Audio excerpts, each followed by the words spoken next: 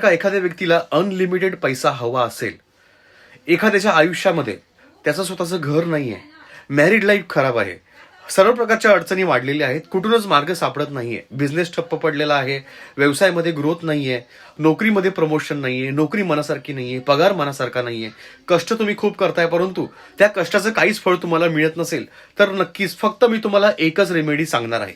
ही एक रेमेडी तुम्ही जर का रेग्युलर करताय तर त्याचा खूप चांगला तुम्हाला फरक पडणार आहे. मित्रांनो, सर्वात पहिले ती रेमेडी ऐकून घ्या.